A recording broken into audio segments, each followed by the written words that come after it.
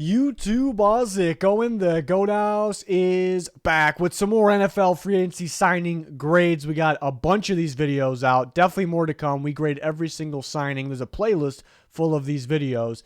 But going over the recent ones, there are some recent big ones that I do not have contract details for yet.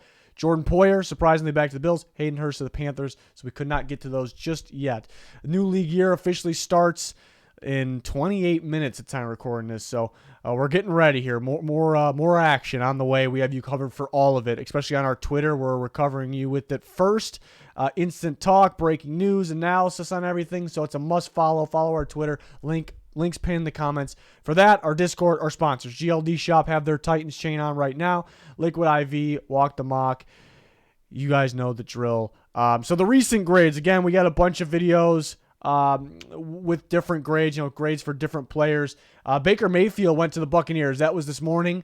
1 year, $4 million deal, and it was a little surprising how cheap it was. I mean, there's guys that signed to be backups that are going to be getting paid more than Baker Mayfield. So think about that. The guys that Mayfield is better than.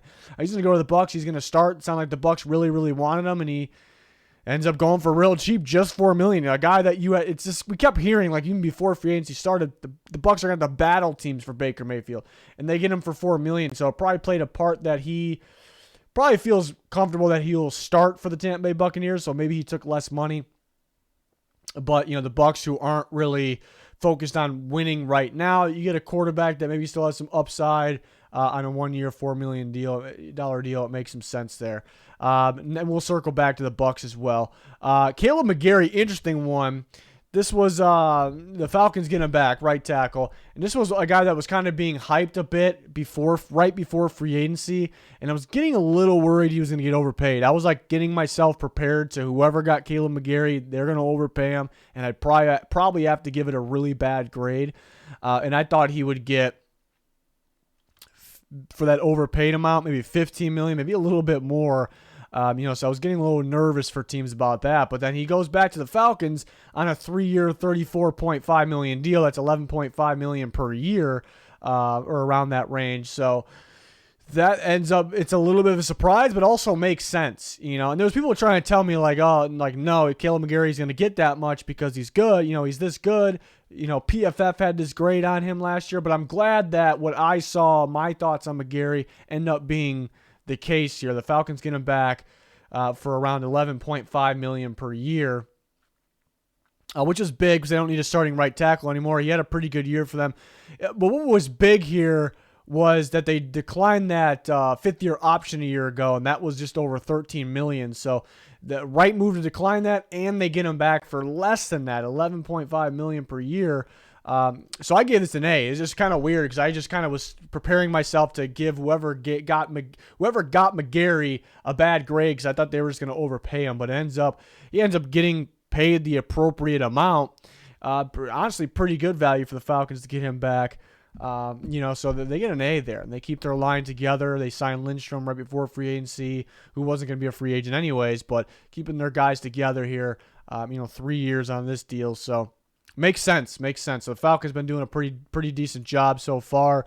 Next, there's going to be some A pluses in this video. I'm really thrilled with what teams are doing. I like this one a lot. Samson Ebukam, 49ers pass rusher, goes to the Colts, 3-year, $27 million deal. And the biggest reason I love this one, it's just an obvious fit, like a great fit to me, in my opinion. And he will be for the Colts. Because Gus Bradley's defense, Gus Bradley known for, since the Seahawks days, for running that Leo defense where usually have your typical 4-3 end, hand in the dirt on the line of scrimmage on one side, and then you got kind of a unique pass rusher on the other side, a guy that can drop back a little bit, could stand up and rush, typically more of an athletic pass rusher. And Ebukam played that role for the 49ers, felt like he was getting better and better.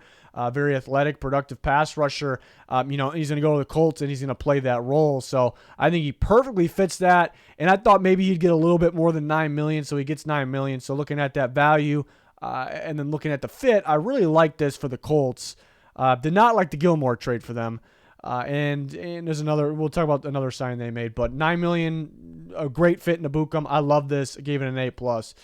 The Lions signed ex-Bears running back David Montgomery last night. It was a little bit of a surprising one because we thought the Lions would just get Jamal Williams back after a record-breaking season and roll with him and DeAndre Swift, but they signed David Montgomery, keep him in the division, to a 3-year, $18 million deal, $6 million per year, and it just pretty much tells, because a similar style back as Jamal Williams, pretty much tells us that Williams would be going elsewhere. Maybe he's asking for more than this. Maybe they saw some upside with David Montgomery, because there was moments throughout his young career, Montgomery that is, that he looked pretty damn promising, and you see the talent, the physicality there. Not the best year last year, then some minor injuries popping up. But they get Montgomery, so it's definitely an interesting one, definitely a little bit of a surprising one that maybe we did not expect.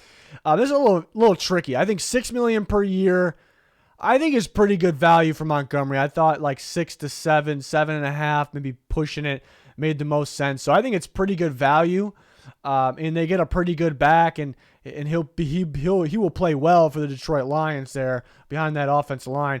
I give it a B+. Again, the positive here is he'll play good for them. He'll fit. It's a replacement for Jamal Williams, which we'll kind of get into that a little bit, the negatives of that, but it's a good replacement. Like, it's a similar style running back. Again, he'll be good. $6 million is pretty good value.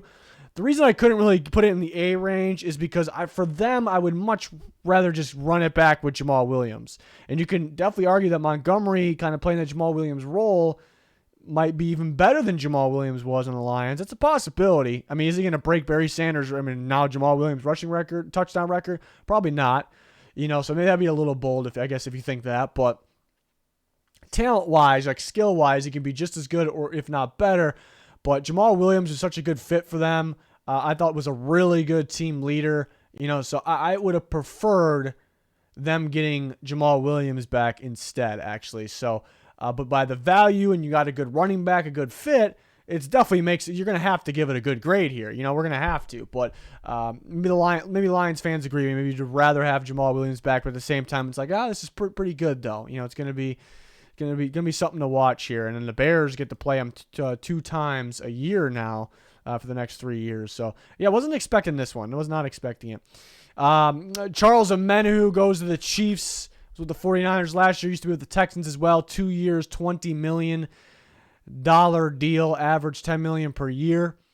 And I like the fit at the defensive end spot. And it's a guy that could slide inside as well, but feels like he found a home in terms of position, defensive end in the Chiefs 4-3. So potential Frank Clark replacement, not as good as Frank Clark, but you also have Carl Laptis as well. They could bring somebody else in as well. But I do like the fit. He's only getting better. I think he'll be pretty good for the Chiefs. At the same time, he did have that off-the-field issue that popped up, going into that NFC Championship game last year. And sometimes the 49ers make guys look better. Maybe they're not as good elsewhere. So there is a little bit of risk with it. But again, it's a 2-year deal. So not, $10 million's a little pricey. It's not like overpaid or anything, but it's pricey, for a guy like that. So hopefully the off-the-field issues get cleared up. It sounds like they are. And then hopefully he kind of continues to play where he left off, which was at a pretty good level there for the San Francisco 49ers. So the Chiefs grab a defensive end here, 2-year, $20 million. I gave this one a B. There's some positives and negatives on that one. The Vikings getting Byron Murphy was big. We talked about them possibly being a fit for Byron Murphy. I didn't actually think they would be able to land him, though. But they get him. Original reports say 2-year, over $20 million. And I was originally giving that an A. In terms of value that way, which would look like $11 million per year, in terms of value, that actually felt like an A+, but it's only a 2-year deal, because it's a guy that, in 2 years is fine, but the guy that has a lot of upside still is very young with only 25, 26. You'd like to get him locked up for 3 or 4 year deal, but it was tremendous value. But I was leaning more towards an A, but then it came out that was the absolute max value. So the actual contract, 2 years, $17.5 million is what our latest info on the contract is. $8.7 million per year just seems like an absolute steal. We kept hearing how much he was going to get paid. It sounded like he was going to get paid like some of those other top corners in free agency, and that just wasn't the case here. I think it's a phenomenal fit for Brian Flores' defense. He's going to be an outside corner. He can play inside as well. A lot of upside here, and the Vikings needed a corner more than anybody, and they get Byron Murphy, and I was just surprised that this contract really wasn't beat, especially by the Arizona Cardinals. So this is a fantastic. This is the biggest move for the Vikings so far. Davenport was a little bit of a surprise one and a splash move, but this is their biggest move here. So Vikings finding ways to get better. Another A+. I like Arden going to the Tennessee Titans. I thought he'd get more money too, $7 million per year, because he was kind of almost known as, and now the Hayden Hurst contract details come out right now. So that's great, but it'll be in the next video. But yeah, Arden goes to the Niners a couple years ago and kind of revives his career. Then you kind of wonder, is he just, is it sometimes the Niners make the defensive linemen just look better than they are. I thought he played pretty damn well for the Jags. What I loved about him is, a unique style pass rusher. He can rush from the outside, standing up, hand the dirt, the inside, same thing. You can move him around a bit. I like that. Like, I see a lot of upsides, kind of has the traits that you're looking for. I thought somebody was going to pay him because the pass rush group in free agency wasn't that strong, so I thought somebody would end up paying him 12, even 13 million, maybe 14. I could see as low as maybe like 10, but $7 million per year, a bit surprising the Jags. And again, I heard they wanted him back, and it goes to a division rival. And the Titans kind of get creative with some of their pass rushers. They move them around a little bit, so I think that's a great fit there in Tennessee. And I don't know if they officially released Bud Dupree yet, but they are going to, it felt like. So they get Arden in there at a cheap deal. I thought that was great. And another thing, they lost to Marcus Walker for the same exact contract, and Arden is just a better player to me and more upside of a player to me. So that was and they're a little different style players, but that was a fantastic trade-off to add on top of it. So an A+ for the Tennessee Titans. And then next, another A+, Lavonte David. I didn't think he'd be going back to the Bucs because the Bucs are in some sort of rebuild stage process, and David a little up there in age, even though he can still play at a pretty good level, obviously. But they get him back, and they get him back cheap. 1 year, $7 million. I mean, for a guy that's probably worth well over $10 million per year, because he's still a phenomenal linebacker. He fits that Todd Bowles scheme perfectly. So this was a steal. Maybe I'm guessing he took less money to stay with Tampa. Even though if that's the case, you really got to respect it because they're not really planning on winning right now. He could have went somewhere and won. Some talk about Buffalo. I thought Minnesota was a good fit. I thought maybe the Giants were a pretty good fit. The Steelers. I mean, he could have went to one of those places. Maybe for more money, perhaps. So this was big. So the Bucs did pretty well in this video so far. We got Baker Mayfield. They got Baker Mayfield, Lavonte David for, I think, steal of deals there. Next, this one happened just a little bit before going to record this one. Juju Smith-Schuster signed with the Patriots. So I thought he'd go back to the Chiefs. He's away from the Chiefs now on a different team. So maybe a little surprising there. We knew the Patriots needed a receiver, especially after they lost Jacoby Myers. And he signs the same exact deal as Jacoby Myers. 3 year, $33 million. The same exact everything. $11 million per year. And overall, I think this is pretty good value. I think it's a good receiver. And it's a kind of a big slot like Jacoby Myers for replacement. And they didn't want to pay Myers $11 million per year, but they'd pay Juju. I think that makes sense. I think Juju is better. Of course, if you're looking at upside, maybe Myers has some more upside. So the Patriots get better today with this. So I do love that. And some people, maybe view Juju as just maybe a little bit of a distraction, perhaps. So, and I did notice some Patriots fans actually aren't thrilled about this. I'd be happy about it. I'm grading it an A. The Patriots fans win. I got to respect that too. That's all I see these days now more than ever is fans just thinking whatever their team did, it's an A+. Like they could say something's bad, a bad move, and the team actually does it. And then all of a sudden it's an A+ deal. No matter what it is, that's all I see these days. So I already saw on Twitter some Patriots fans not thrilled about this, and I'd say it's pretty good. Maybe they're focusing on the tic-tac. I sound like an old man. That just came out wrong. TikTok side of it, but maybe a little bit of a distraction. But you got a good player. Technically an upgrade from Myers right now, but yeah. So I think it's an A. I guess. And why I couldn't get an A+ though, another side of it. Sometimes, even with Mahomes, he was great for the Chiefs, especially in the second half of the Super Bowl, but sometimes he would disappear here and there. I thought that was a little weird. So without Mahomes, and I do think the Patriots will get Mac Jones' this passing offense back on track. This helps. But yeah, maybe that is a slight downside there. on that one. But I still really like it there. And we gave Juju Smith-Schuster. We gave the Patriots an A for Juju Smith-Schuster. And then one happened just seconds before going to record. I got this one in here just in time here. Defensive tackle Sheldon Rankins, who I thought they may be going for after they missed on some other guys. Goes to the Texans, 1 year, $10.5 million. I gave it a B+. It's a pretty good player. I mean, when he was back on the Saints, he was good, but he was always hurt. Then he goes to the Jets, and he's pretty solid last year. Nothing crazy in terms of the production. $10.5 million is probably around the range I thought he would get. Anywhere between 9 and 10.5, so they kind of paid on the higher end on that, but that doesn't mean it's an overpay. At the same time, where should his value be? He's not super productive, but he's going to come in there. I think he fits DeMeco Ryans' defense pretty well. Texans were awful stopping the run last year, so he comes in and helps with that. Could provide some interior pressure here and there, not crazy amount. And this was they're kind of running thin on which defensive tackles are available here. So, and other teams are still trying to get their guy. The teams that, just like the Texans, very bad run defense, badly need a defensive tackle. So the Texans kind of pounced on this one. 1 year, $10.5 million. Overall, it's something to, be. And I mean, they got better here. And I think he fits DeMeco Ryans. They got better. So it is something to be excited about. I don't know if it's an A grade range, but not, it's just right under to me. That's kind of how I felt. So I gave it a B+ here. They do get better with this. I know maybe some people were hoping for one of the big time defensive tackles that they could have paid, but they end up at Rankins only on a 1 year deal, but they get better here. And then there's going to be 2 pages of this list of signings. Eagles got Rashad Penny for 1 year, $1.35 million. That was surprising. I know he has major durability issues, but when he's on the field, he's very, very talented. And this makes it really no risk at this cheap of a deal. So an A+ for the Eagles. Titans get Azeez Al-Shaair, 1 year, $6 million. I think it's a max $6 million, but I gave it a B. How will he fit with that Titans defense? Because they usually use more of inside linebackers. They switch it up a bit. We've seen them switch up different looks, so he could fit. I still wish they would have brought David Long back, and it was around the same range in terms of price point, but a 2 year deal.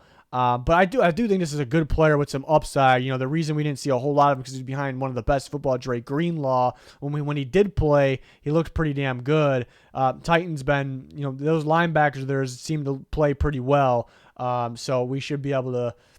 We should see. I mean, we should see him more. We will see him more, and we should see some good play here. Seahawks get Jaron Reed back. He was on the Reed a few teams ago. The Reed was on the Seahawks. I don't know what the hell just came out of my mouth. Reed was on the Seahawks 2 teams ago. He went to the Chiefs and the Packers in between there, and they signed him to a 2 year, $10.8 million. So getting him back, he played pretty well for them, and now he's going to play alongside Draymond Jones. Pretty cheap deal. I like that one overall. I mean, he's been a little underwhelming since he's been away from the Seahawks. So which Reed are they getting? But overall, pretty good deal here, so I gave it an A. Cardinals get Will Hernandez back. You would have liked to upgrade, but running out of options, guards coming off the board. Probably your best bet here. See what he can do in that new system. 2 year, $9 million. I gave that one a B. A couple more running backs. Bears got Travis Homer, 2 year, $4.5 million. I do think he's an underrated back. I always thought he was an underrated back, and he's kind of been third string most of his career. So the Bears bring him in to be the second string. I was a little surprised they jumped on this, right away. It just kind of feels like they want to make it clear that they're going Herbert RB1, maybe Homer RB2. If they signed him to be RB3 at 2 year, $4.5 million, then that might be even worse.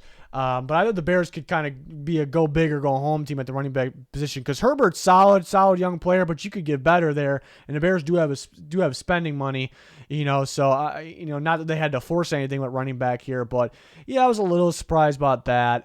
Maybe it's not really sure where the focus should have been, and they're still looking for that right tackle and D tackles and pass rushers. So they get a C+. And similar situation with the Ravens and Justice Hill, like fills in for them sometimes here and there. He looks okay. 2 year, $4.5 million to kind of be their third best running back. I thought, they have running backs, just go big, and they got J.K. Dobbins is really good. Gus Edwards is pretty good, but a lot of these guys are always hurt.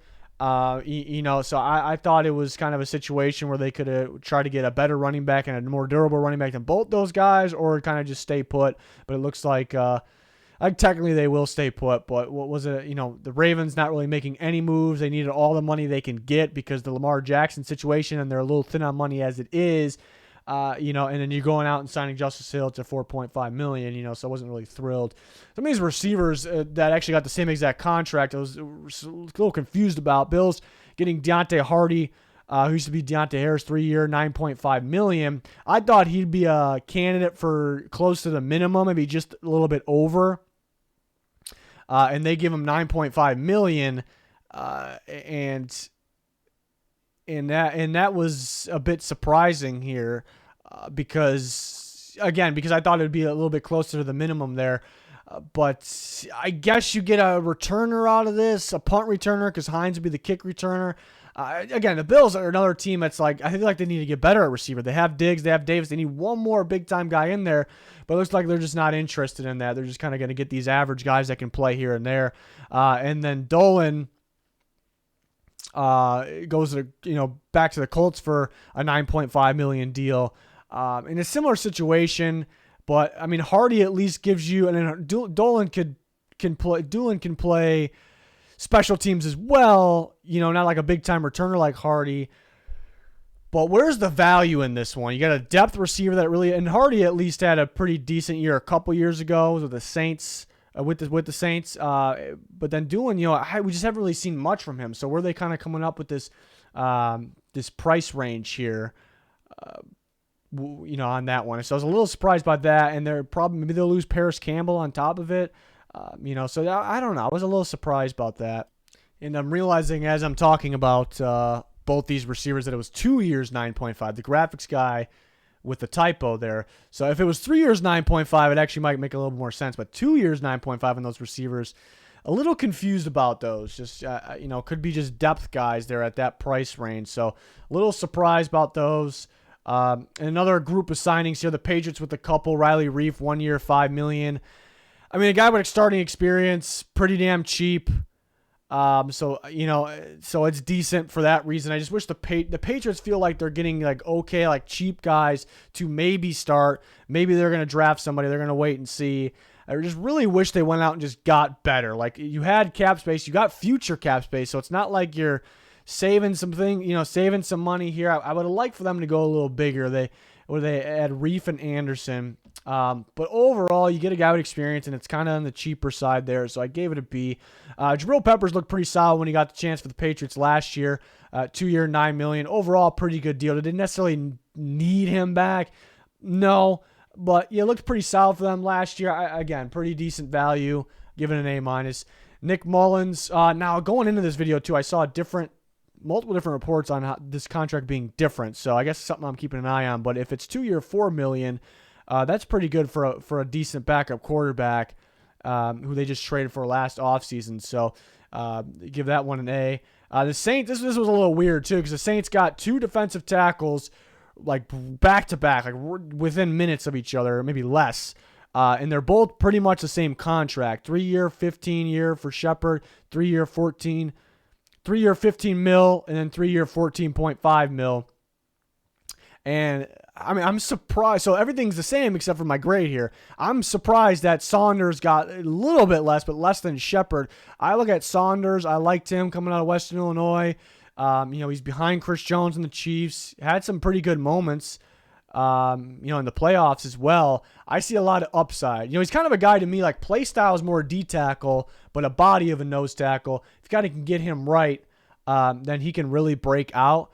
And the Saints can kind of make him, maybe turn him into like an Onyemata type guy. So I actually love that.